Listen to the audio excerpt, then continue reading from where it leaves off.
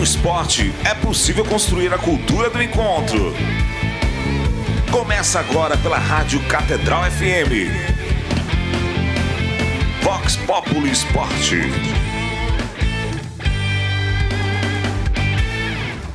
Boa noite, ouvintes da Rádio Catedral. Sejam muito bem-vindos a mais um Vox Populi Esporte, o programa que acredita que o esporte é também espaço de valores cristãos como respeito, acolhida e cuidado. Eu sou Samir Aros, colaborador do projeto Esporte Fé, e hoje eu te convido a pensar o quanto a presença feminina no esporte precisa ser valorizada, protegida e ampliada. Vocês sabiam que em cada 100 mulheres atletas, 21 já sofreram algum tipo de abuso sexual na infância dentro do esporte?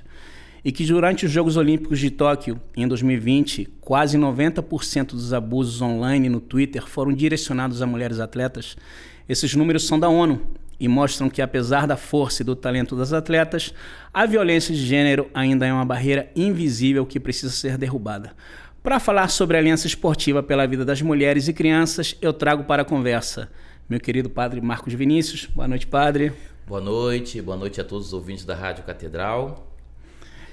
Nossa amada Silvia Gonzaga, coordenadora de todos os projetos sociais do consórcio Cristo Sustentável. Boa noite, Silvinha. Boa noite, que alegria estarmos juntos, principalmente tratando de um tema tão importante. E Mariane Nonaka, mesatenista, ex-atleta olímpica, advogada oficial da salvaguarda do Comitê Olímpico Brasileiro. Boa noite, Mariane. Boa noite a todos os ouvintes e os que estão presentes aqui. Obrigado pela sua presença. Mas antes de mais nada, e antes da gente mergulhar nesse tema tão importante, vamos ao giro dos esportes. Não queria falar muito sobre isso, mas a gente tem que falar isso, né, pai? Fala um pouquinho para nós. Mas o campeonato já está começando. É inevitável, claro, né? Sofrer. As pessoas ficam assim numa ansiedade, né? Parece que estamos no final do campeonato, ainda vai ter mais ou menos uma parada por causa do Mundial, né? De clubes e etc. Né? Mas nessa última rodada, somente o Fluminense que conseguiu uma vitória, e já o Botafogo, o Vasco e o Flamengo, né, foram derrotados. Primeiro, o Fluminense conseguiu uma virada no Maracanã, vencendo de 2-1 sobre o Sport. O Botafogo, né, perdeu para o Bahia, né, no jogo que ele poderia até ter ganho, mas enfim, como botafoguense, a gente acaba quase que comendo a televisão ou entrando na televisão para poder jogar no lugar de certos jogadores, né?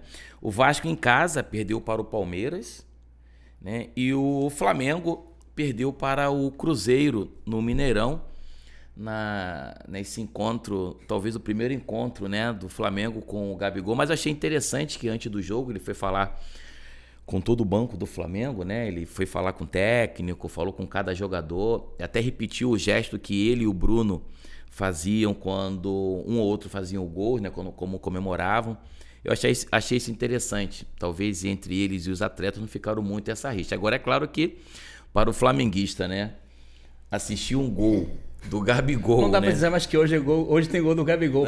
Não dá, mas se bem que apareceu lá algumas faixas de alguns cruzeirenses, né?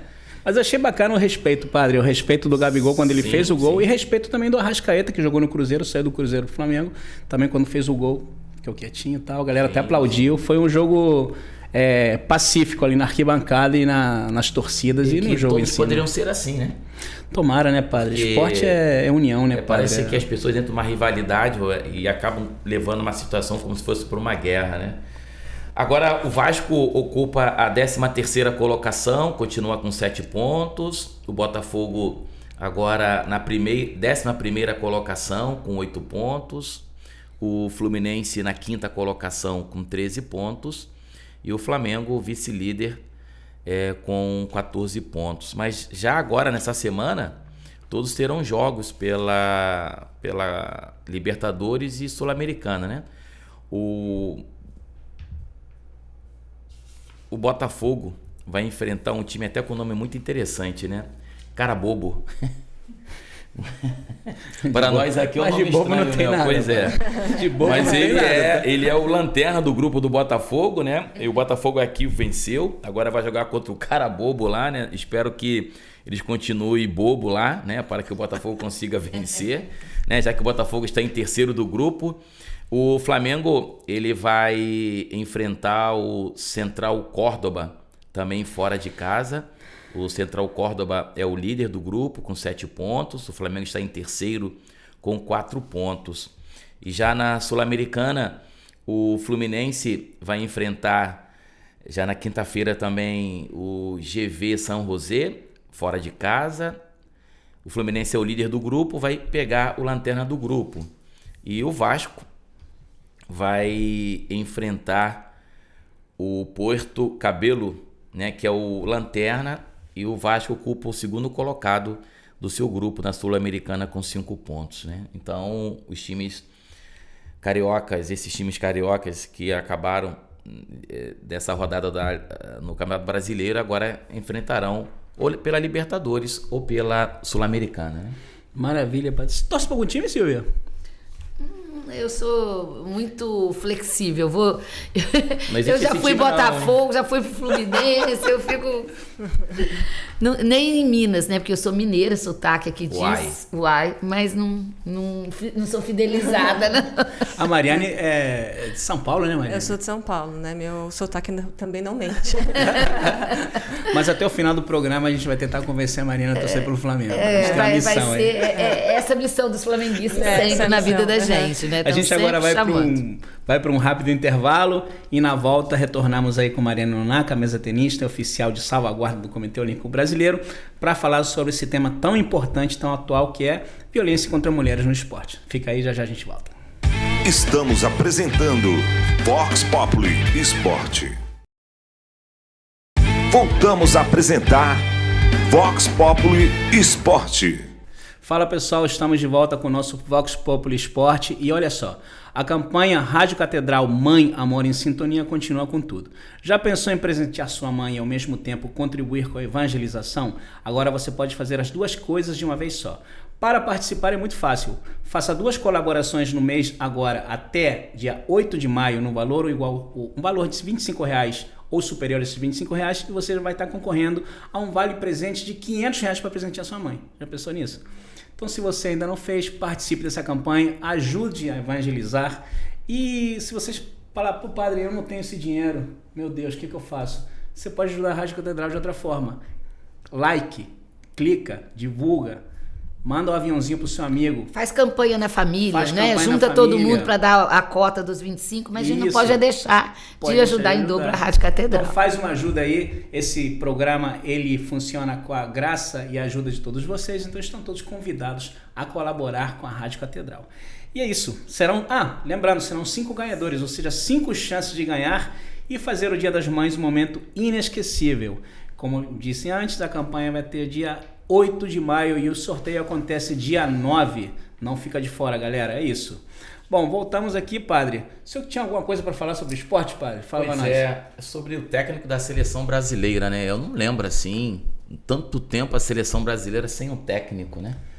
E fica... Eu com todo o respeito a todos os técnicos, com todos os seus títulos estrangeiros, mas eu prefiro um técnico brasileiro, né? Eu sou a favor da seleção brasileira ter o técnico brasileiro, o médico brasileiro, toda a assessoria brasileira, né? Os atletas brasileiros, como o italiano também, da mesma forma, o espanhol, o argentino, o chileno. 100% brasileiro? 100% brasileiro, né? Independente se talvez o técnico estrangeiro ele pode ser melhor, mas talvez ele não vai conseguir os atletas melhores, porque nem sempre do país dele ele vai conseguir esses atletas melhores, né? Então, com todo respeito a esses técnicos com todos os seus títulos, mas eu sou a favor do técnico brasileiro. Eu não tenho assim uma opinião qual técnico brasileiro que poderia ser, mas eu sou a favor de que seja um técnico brasileiro. Aliás, deveria até mudar esse regulamento, deveria ser toda a comissão também brasileira, como o atleta ele tem que provar o seu país, né? Ou ele de nascimento, ou ele venha ter sido se naturalizado, né? O Brasil, padre, é uma fábrica de esportistas, de bons esportistas. Eu acho que ali no futebol também você encontra craques surgindo assim. Quando você acha que o futebol vai morrer, de repente aparece uma leva de craques que você não imagina. particularmente, acho que falta um pouquinho de organização, acho Sim. que falta um pouquinho aí de estruturação pro futebol deslanchar, porque craques e talento a gente tem. O que você acha, Mariana? Eu concordo. Vou trazer para o meu universo, né? Que é o do tênis de mesa, né? Tinha uma época, quando eu era atleta, que muitos países aqui, principalmente os Estados Unidos, eles traziam muitas chinesas para jogarem pela seleção americana, né? E aí pra gente ficava muito difícil competir, porque a gente não estava competindo contra americanas, a gente competia contra chinesas. Aí depois de um tempo, o Canadá também fez isso, República Dominicana fez isso. E aí quando a gente ia jogar campeonato pan-americano, a gente estava jogando contra chinesas, às vezes eram chinesas que já tinham sido até campeãs mundiais. Nossa. Então, pra gente, a diferença técnica era muito grande. Contribuiu para o nosso crescimento, o nosso avanço, mas tirou algumas medalhas de todos nós. Então, assim, a gente até que pensou, né, de trazer chinesas para jogarem pela seleção. A gente teve uma chinesa que jogou pela seleção, só que ela teve o processo de naturalização, como o padre estava falando. Então ela cumpriu a lei, ela treinou aqui, ela comeu arroz e feijão, sabe? Experimentou a cultura brasileira. Aprendeu português e depois ela entrou na seleção. E como é que é essa descoberta de atletas, Mariane, no ping-pong, no tênis de mesa, né? Como é que funciona essa descoberta, assim? Você fala, cara, essa pessoa tem talento, ela pode chegar lá. É muito relativo, né? Muitas das vezes a gente pensa assim, a gente vê uma atleta jovem, então a gente fala assim, esse daqui tem talento, esse daqui não tem talento, né? E normalmente é assim, né? A gente nota por isso, né? Só que tem um caso, assim, que me chamou muita atenção, que é o caso do Calderano, que hoje é o atleta revelação que a gente tem hoje, né, no tênis de mesa. Então, o Hugo, ele não tinha a melhor técnica quando ele era novo, né? Então, as pessoas até podiam dizer para ele, talvez, ou pensar, talvez esse não é o melhor, né? Ou ele não vai ter um futuro, né? Mas ele tinha um bom mental, ele tem um bom mental. E isso, muitas das vezes, dependendo do treinador, o treinador não consegue enxergar de pronto, né? E com o mental dele, ele foi evoluindo e a técnica, ele foi melhorando com o tempo. Então, assim, depende muito, isso é muito relativo para descobrir, assim, são muitas variáveis, não só a técnica, tem o mental, tem o emocional, tem o comportamental. Enfim, é um conjunto de coisas para gerar o atleta, né? E quando você tem um atleta campeão em determinada modalidade esportiva, você vê que tem um boom, né, de pessoas que procuram aquele esporte, né? Exato. Aconteceu também com o tênis de mesa? Assim? Hoje, assim, depois que o Calderano ganhou a Copa do Mundo, o que tem gente buscando, né, escolinhas de tênis de mesa, que não é muito comum, né? Cresceu bastante esse número, né? E assim, o tênis de mesa não era um esporte falado, né? A gente teve o Goiama, né? Assim, e era... As pessoas pensavam que era um esporte só de asiáticos, né? Porque normalmente... E aí agora você vê um não asiático, né? Que não tem essa descendência, carioca, se destacando tanto. Isso é muito bacana. Inclusive, eu cheguei a ver uma das partidas do Hugo, né? E uma galera torcendo, assim, muita gente torcendo. Aconteceu a mesma coisa com o tenista, né? Com o menino também. O João Fonseca. O João Fonseca.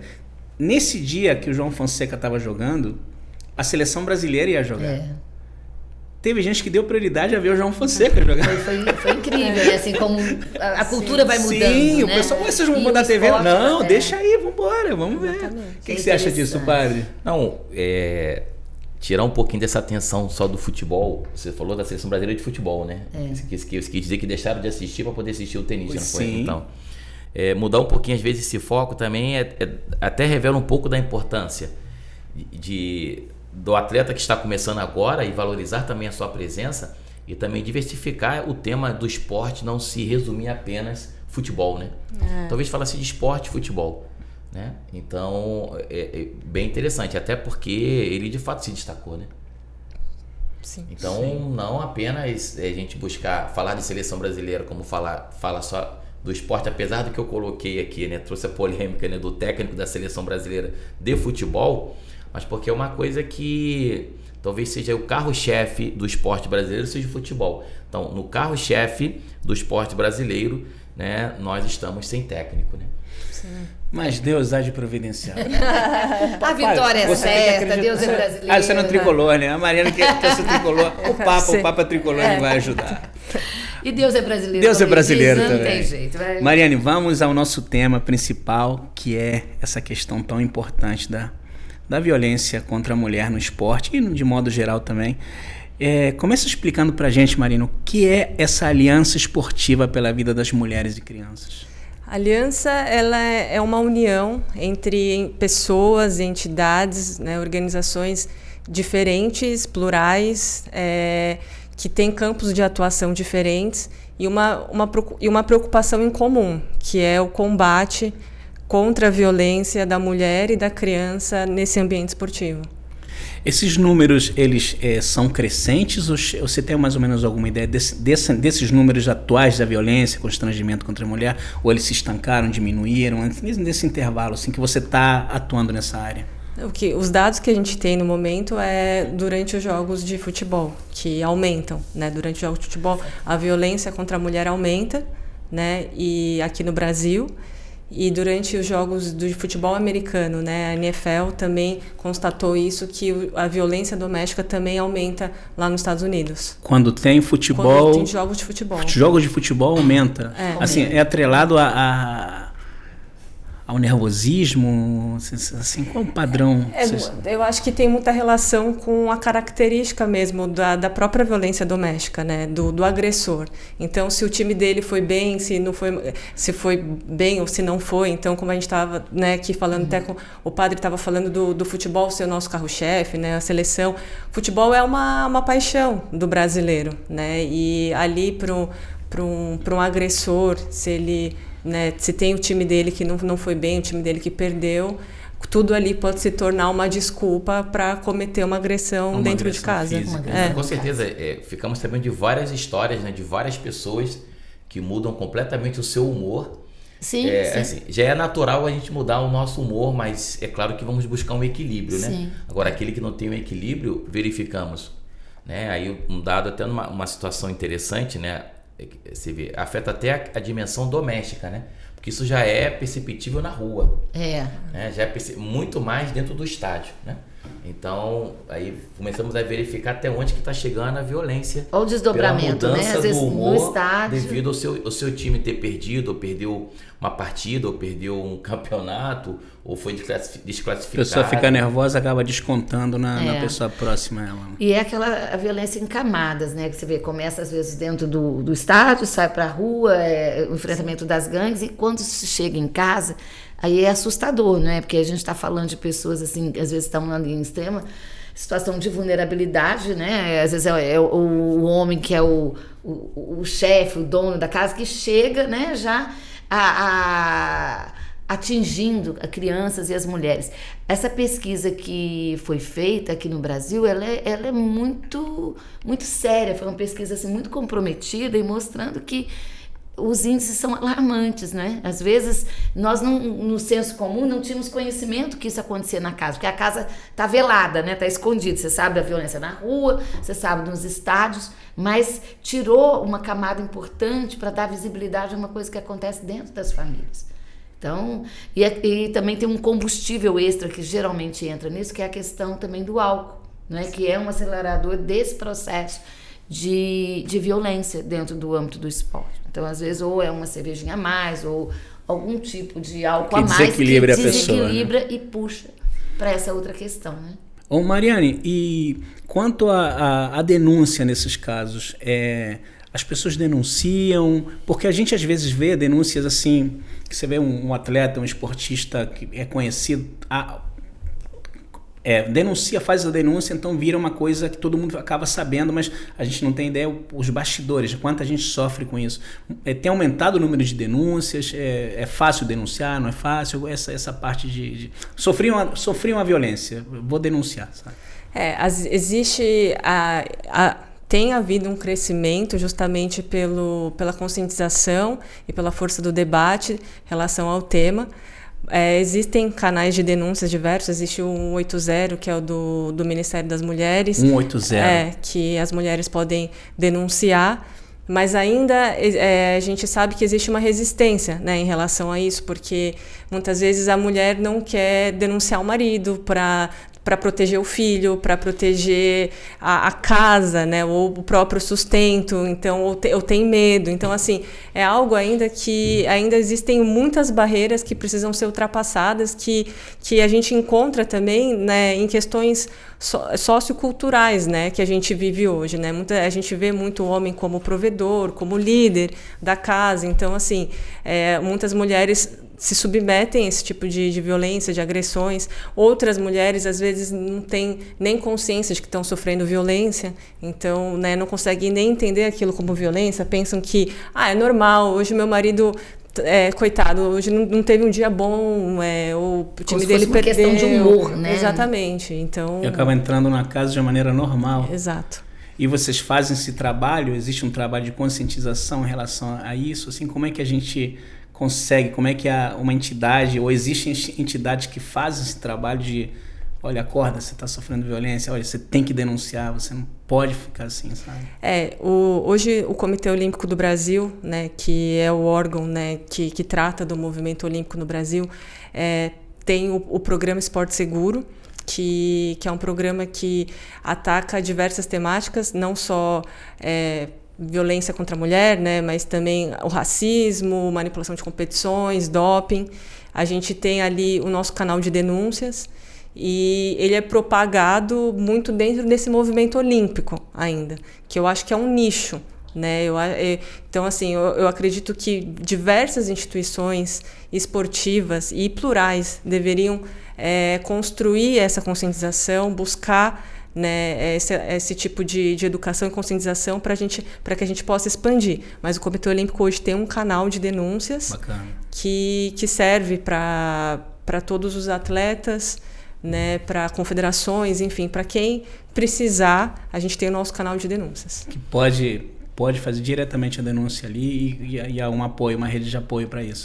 Sim. Bacana. Ô Silvinha, e você, que está sempre nesses projetos sociais, você trabalha com mulheres, com homens, população carente, você vivencia muito essa questão da violência das mulheres, assim, não só no esporte, mas na tua área? Por incrível que pareça, né, nós ainda estamos imersos numa grande, né, um grande problema social. Você tem ideia que no Santuário nós temos um dos projetos que trabalham voltado para o acolhimento à mulher. E 80% das mulheres que nós atendemos, elas têm relato de serem vítimas de violência. E interessante também que isso que ela falou é muito interessante. A consciência está aumentando, porque a pessoa não tinha noção que um grito, um tapa, né, um gesto, né, de violência era uma violência, porque às vezes estava tão normatizado dentro da família que o olhar não se tinha. Então, se cresceu o número a gente percebe um crescimento, as pessoas estão muito endurecidas, né? Pós-pandemia, parece que na pandemia houve uma explosão muito grande desses números, não é? E a situação ainda não mudou, e eu percebo que as pessoas ainda precisam ter consciência, né, de que isso não é normal, né? Uma mãe apanhar do seu companheiro, do seu esposo, o espancamento dos filhos, a questão da violência psicológica, né? Quando essa mulher é aniquilada na sua percepção de identidade, de missão, de possibilidade, como isso é presente, muito mais do que a gente imaginava. E para reverter isso é um trabalho muito de acolhimento, de escuta, não é? E de dar à mulher esses meios, né, para que ela possa se cuidar e também proteger os seus filhos. Exatamente. Mariane, aproveitando um pouquinho do que está sendo falado, né, o que significa na prática promover um ambiente esportivo seguro para mulheres e as meninas, né? Promover esse ambiente seguro seria promover um ambiente livre de violências, onde essas crianças e essas mulheres podem praticar o esporte sem medo, né? Sem medo de sofrerem qualquer tipo de violência, de assédio. Então, assim, quando a gente vê uma mulher praticando esportes, é muito comum, por exemplo, se a gente vê atletas de ginástica. Aí você vai ver, ou atletas de vôlei de praia. Você vai ver as fotos que fazem dessas atletas, são muito diferentes. das fotos que Verdade. fazem dos homens dessas modalidades. São mulheres que estão ali de colã, né? Então, a maneira como elas estão vestidas, então os comentários que fazem em entrevistas, né? Um árbitro que quando vai lá e ela vai julgar, um árbitro que faz um comentário, ou um treinador que age de alguma maneira, ou um preparador físico, ou um massoterapeuta, que é muito diferente do homem que pratica a mesma modalidade. Então, assim, promover um ambiente seguro na verdade, é uma desconstrução de muitas questões, de muitas camadas, né, Silvinha? Porque, assim, o esporte também ele é um reflexo da sociedade. Exatamente. Então, assim, se o homem, quando uma mulher está passando na rua, se ele acha que ele tem o direito de falar alguma coisa para aquela mulher naquele momento, é a mesma mentalidade daquele treinador, daquele torcedor que está ali na arquibancada, que vai falar alguma coisa para aquela atleta que está de colã, para aquela atleta que está, né, vestindo o uniforme ali do vôlei de praia. Então, assim, é derrubar isso de alguma maneira, é desconstruir, é proteger essas atletas, é promover o ambiente de segurança no sentido de prestar acolhimento para casos de vítimas, denunciar e realmente punir esses agressores, criar políticas, criar meios para proteger. E não só mulheres, né? Porque homens também sofrem, né? Jovens, homens, Por isso meninos a gente fala sofrem. crianças, né? Quando a violência é no esporte contra crianças, porque nessa pesquisa se relatou muitos meninos, né? Sofrem abuso também por parte dos seus atletas, né? Dos seus treinadores. Exatamente. Eu perguntei isso porque aí eu vou te fazer uma outra pergunta, depois eu fazer um comentário, uma coisa que eu percebi por um comentário já nos Jogos Olímpicos passados, né? Você consegue verificar alguma mudança no início desse tipo de campanha, no sentido de alertar para essas situações, para que também as atletas, né, principalmente os menores, né, se sintam mais seguros? Você consegue já verificar assim, alguma mudança? O que a gente percebe de mudança... Primeiro na conscientização, né? O que, assim, eu acho que foi iniciada uma mudança, né? Eu acredito que, assim, por parte... A gente vê já a mídia tratando de uma maneira muito diferente, para começar, né? A diferença dos Jogos de Tóquio para Paris, por exemplo, Paris foi o primeira edição de Jogos Olímpicos com 50% homens e 50% mulheres, né? Atletas mulheres e homens ali. Então, já né? Já se buscou uma equidade de gênero ali.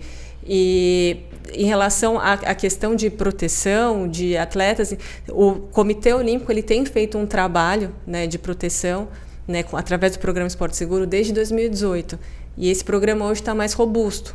Então, os treinadores, o massoterapeuta, o fisioterapeuta, têm mais consciência da punição e do que né, do grau de seriedade, da gravidade. Exatamente. E os atletas hoje também. Só que ainda, como eu comentei no início, ainda existem muitas camadas, muitas barreiras, muitos receios, medo de retaliação, enfim, a cultura esportiva, né, do alto rendimento, né, do medo de não ser selecionado, do medo de falar, de denunciar e ser excluído da seleção, né, do medo de falar e ser zombado pelos amigos, de nunca mais poder praticar aquele esporte, não poder realizar o seu sonho, de perder um patrocinador. Então, assim, são muitas camadas, mas eu tenho certeza que a gente tem avançado. Eu pergunto isso porque você até citou, né? Eu não lembrava, mas foi Tóquio, né? Eu tinha assistido na época, né? Agora você colocando isso, me vem à cabeça o que eu vou colocar, né? Que até nas transmissões oficiais, a partir de Tóquio, por exemplo, num jogo de vôlei, a não ser quando eles faziam uma panorâmica da transmissão, mas vamos supor, vai transmitir ali na hora que ela vai sacar. Eles transmitiam da cintura para cima da atleta. Nos jogos de vôlei de praia também a mesma coisa, né? Quando em alguma modalidade se utilizava um pouco menos de roupa, né? Eles não podiam, por exemplo, até mesmo no jogo de vôlei, né? Foi lá e estão se cumprimentando, né? Então, claro, elas ficam de costas para todo mundo porque elas se cumprimentam de frente. Então, ali na transmissão não se podia focar da cintura para baixo, né? Eles focavam o comprimento, mas da cintura para cima, né? Então você talvez colocando isso, já me vem à mente o que eu escutei, o que há 8 anos atrás já nessa situação para criar de fato esse ambiente seguro, né? Saber que também a imagem delas não está sendo explorada, né? Talvez vai ser explorado por algum ambiente particular, mas no oficial talvez já tem esse critério, já tem né? esse critério. Essa Cuidado, preocupação, exatamente. né? Eu acho que a mídia ela tem um papel muito importante nisso, né?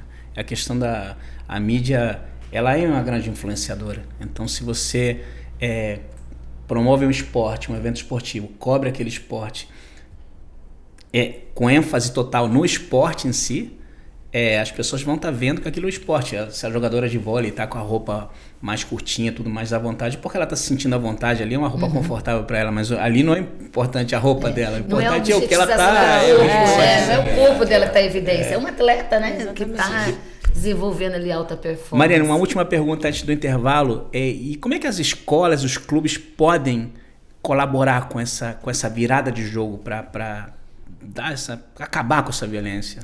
É muito importante, eu vou bater sempre muito nessa tecla de campanha de conscientização e de educação, né? Então, assim, as escolas, escolas e clubes, né, pensando na base, né? Pensando na base, não pensando nos grandes clubes nesse momento, né? Então, ali é muito importante educar professores, conscientizar treinadores, pessoas que estão ali lidando com essas pessoas no dia a dia, né? E trabalhar nisso, né? Também não só com os jovens atletas, mas também com capacitar aqueles profissionais, né? Então, por exemplo, voltando para o COB de novo, né? Que é onde eu trabalho, que a gente tem o Programa Esporte Seguro. No Programa Esporte Seguro tem cursos, foram desenvolvidos cursos do COB a respeito de combate ao racismo, né? Assédio e abuso no esporte para jovens, né, com uma linguagem mais para jovens, para adultos, tem sobre manipulação de competições. E, por exemplo, esses cursos, eles estão disponíveis. Então, qualquer organização que quiser aderir, pode aderir e ter acesso. Então, isso é uma forma que o Comitê Olímpico tem feito para criar essa conscientização, essa educação, para que a gente consiga começar, né, a desconstruir todos esses estereótipos, essas barreiras que a gente tem enfrentado. Maravilha. Bom, a gente vai para um breve intervalo. No próximo bloco, continuamos conversando com Mariana Nonaka. Mariana, parabéns pelo teu currículo, tá? Eu li. Campeã, parabéns, viu? Tirou onda. É uma honra estar aqui com você. É verdade. Fica ligado aí que daqui a pouco a gente volta. Estamos apresentando Vox Populi Esporte. Voltamos a apresentar Vox Populi Esporte. Estamos de volta com o programa Vox Populi Esporte aqui pela Rádio Catedral. Se você ainda não compartilhou esse programa, dá o botão no like, compartilha com seus amigos, chama todos para assistir esse programa que está muito legal com a Mariana Nonaka, Silvinha, nosso querido Padre Marcos. Já aproveitando, Padre, te chamo para falar para a gente a visão da igreja sobre o esporte e o papel que ele tem em nossas vidas. Estamos sempre lembrando, e novamente eu gostaria de lembrar hoje sobre um tema que foi falado também pelo Papa Francisco, né? Nós estamos aqui falando diante de uma grande campeã de tênis de mesa, né? Mas foi um discurso, até para diversificar um pouquinho, não colocar apenas a questão do futebol, mas um discurso que o Papa Francisco fez à Federação Italiana de Tênis, né? Só para a gente verificar que de tempo em tempo também a igreja ela fala aos esportistas, né?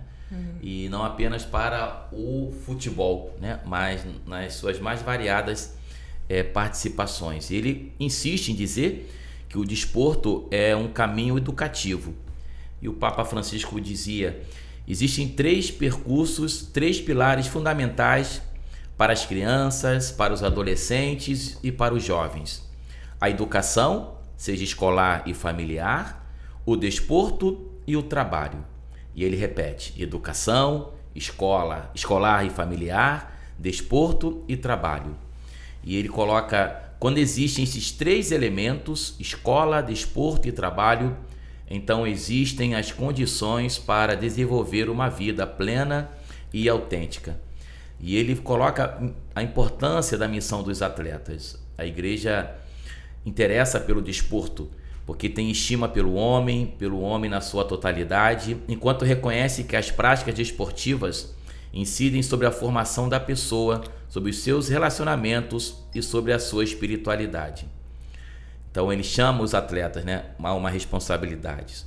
Podeis ser, para quantos vos admiram, modelos válidos para imitar. E chama a atenção também da comissão técnica, né? E também vós, dirigentes, treinadores e agentes desportivos, sois chamados a dar um testemunho positivo de valores humanos. Mestre de uma prática desportiva que seja sempre leal e límpida.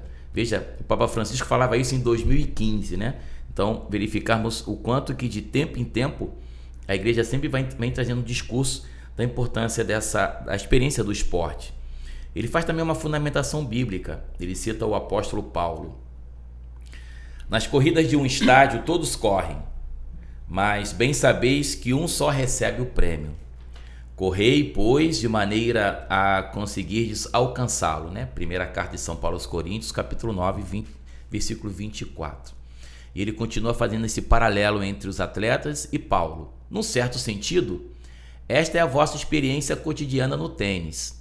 Mas São Paulo refere-se ao desafio de conferir um significado derradeiro à própria vida. Portanto, gostaria de exortar a cada um de vós a pôr-se em jogo não apenas no desporto, como já fazeis e com resultados excelentes, mas também na vida, na busca do bem verdadeiro, sem medo, com coragem e entusiasmo.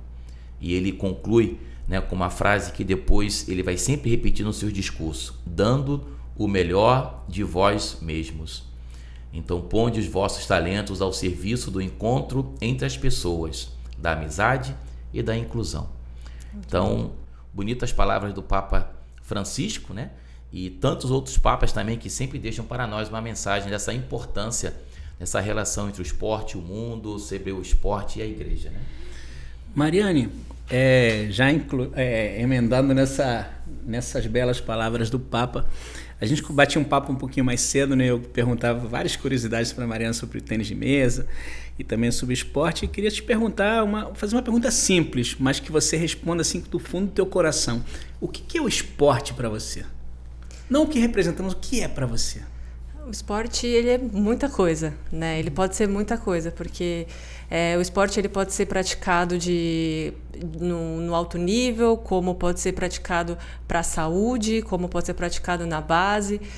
O esporte, para mim, ele é uma grande ferramenta social, para começar, né? Que independente do nível que você pratica, né, se é autoatendimento, se você só quer ser um praticante como se fosse hobby, lazer, mas ele te ensina muitos valores, né, para a sua vida, como disciplina, superação, trabalho em grupo. Então, assim, é uma grande ferramenta social. Além disso, é uma grande ferramenta de inclusão social, né? Porque é uma maneira de inserir pessoas mais vulneráveis, né, pessoas que vivem em situações periféricas, né, na sociedade e proporciona oportunidades para essas pessoas também, né?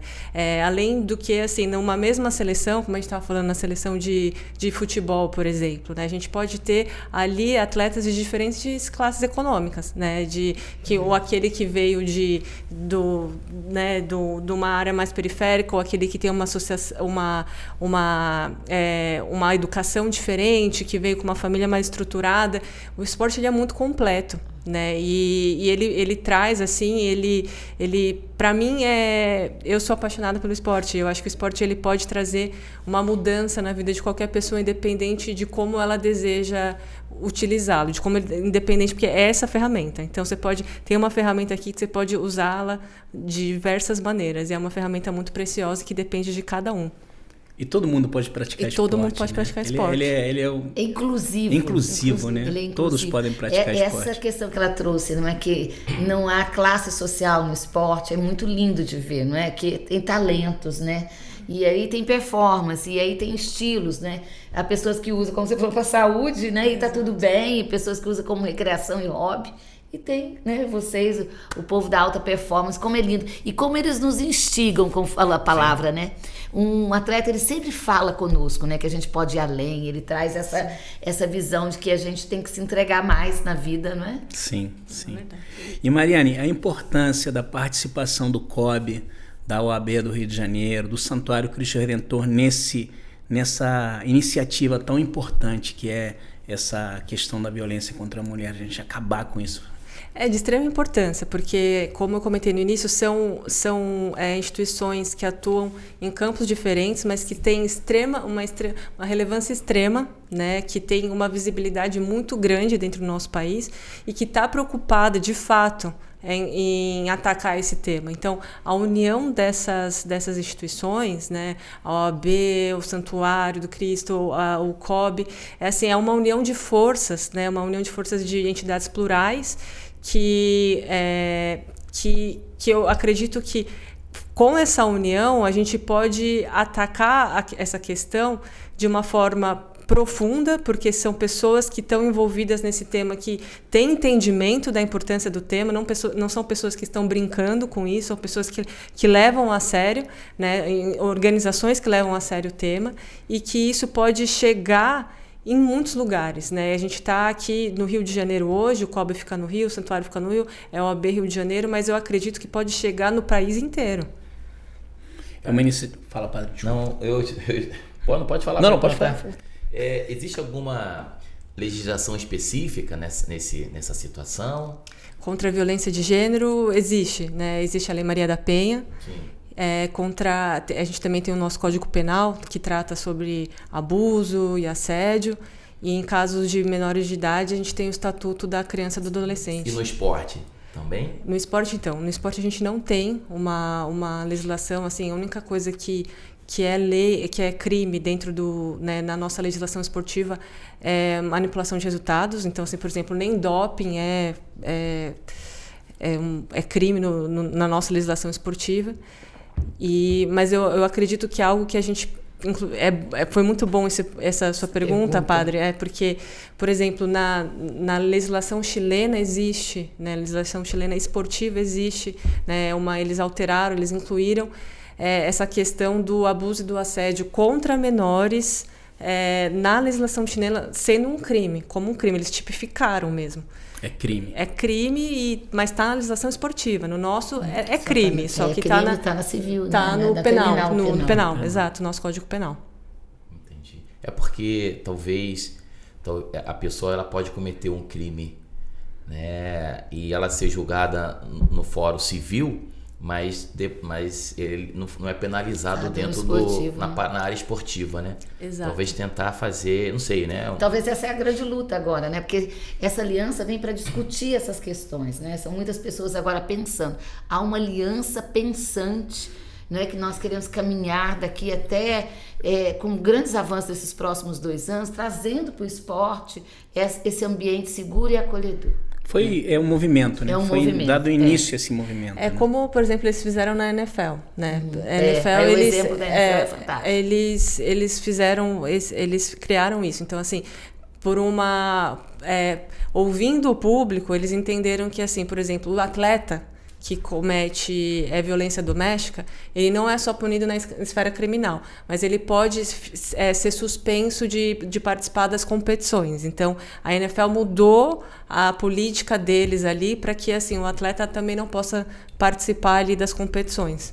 Então, mas é algo que a gente não tem no nosso país, enfim, que poderia ser implementado, né? Exatamente. Mas vai acontecer, a gente tem que pensar positivo, porque esporte é inclusão, esporte é vida, esporte é saúde, esporte é amor, é amizade. Esporte só tem qualidade, só tem sinônimos que acrescentam. Esporte é tudo, gente. Agora, porque associar bem essa experiência como cultura, né? Então, ser uma cultura é uma coisa boa, né? Uhum. E não colocar apenas o esporte talvez como se fosse uma distração, né? Mas realmente a experiência da prática do esporte numa dimensão de cultura, e onde leva também a pessoa a mais variados tipos de reflexões, né? Sim. Você vê aqui, nós acabamos de ouvir uma reflexão do Papa na experiência como igreja, mas também poderíamos fazer uma reflexão do esporte na experiência na escola, né? A experiência do esporte para a família, né? A experiência do esporte até mesmo para o próprio trabalho, né? E para transformação social, quanto que os projetos sociais utilizam dessa ferramenta chamada esporte, porque ela traz a disciplina, ela traz o respeito ao próximo, quer dizer, é incrível. Eu sempre falo que tem duas coisas que colaboram muito na disciplina, já que a senhora falou essa palavra, né? É o esporte e a pessoa que gosta de música, né? Verifica que se não vamos encontrar talvez aí um atleta, não sei, com algumas exceções, mas indisciplinado, né? É importante que ele mantenha ali a disciplina para que ele consiga aquele seu objetivo. Da mesma forma o músico, né? Sim. É importante que ele tenha ali a experiência da sua disciplina para que ele possa cada vez mais aperfeiçoar naquele instrumento que ele utiliza para a música, ou até mesmo a sua própria voz, né? Então, a disciplina é tão importante. E talvez, você vivendo num mundo moderno, onde falar de disciplina parece que a gente está falando de uma coisa agressiva, né? E talvez isso seja um grande choque para a cultura da época, né? Utilizar o esporte também como cultura, e onde muitas das vezes tende a utilizar o esporte mesmo como uma questão de distração. É isso. Gente, estamos chegando ao final do programa. Olha, por mim eu ficaria aqui mais tempo, tem muitas dúvidas. Mas eu perguntei nos bastidores, minha dúvida maior era o efeito na bola dos mesatenistas. Conseguiram me esclarecer. Você teve uma boa consultoria. Tive uma boa consultoria. Mas, gente, olha, obrigado pela presença de vocês, Mariane. Obrigado, uma honra estar com você. Eu sempre fico muito feliz quando eu tenho a oportunidade de entrevistar algum atleta. Assim. Obrigada. A honra é toda minha, né, de participar. Obrigada pelo convite.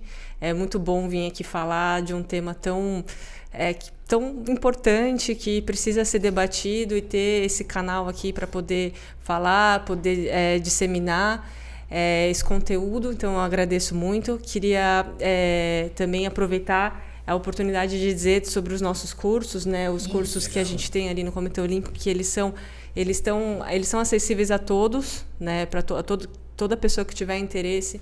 Entre ali no site do Comitê Olímpico, tem a parte ali do Instituto Olímpico Brasileiro, né? Que é esse braço educacional do COB, onde estão disponíveis esses cursos.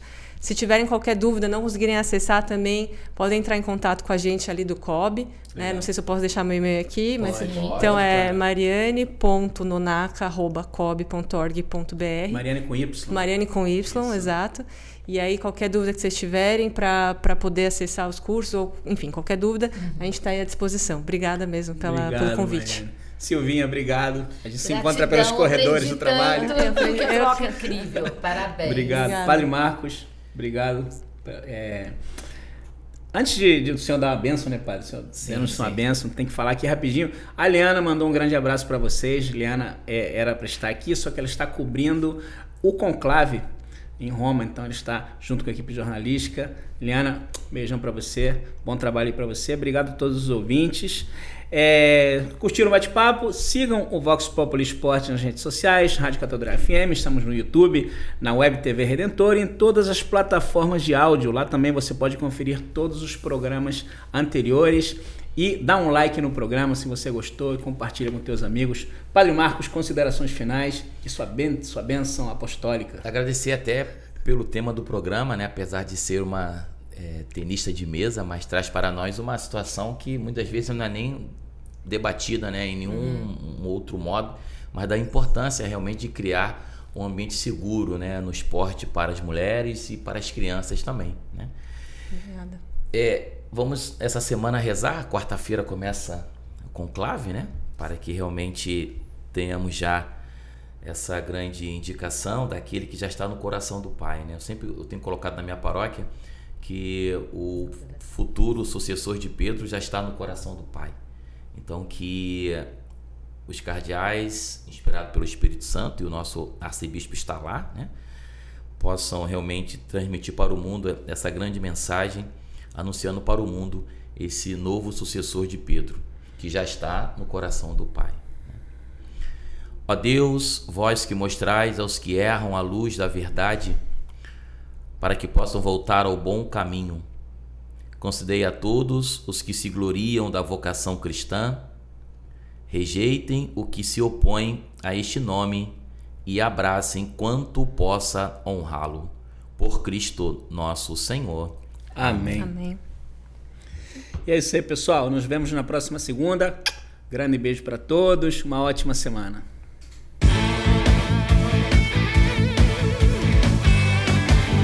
Com o esporte, é possível construir a cultura do encontro.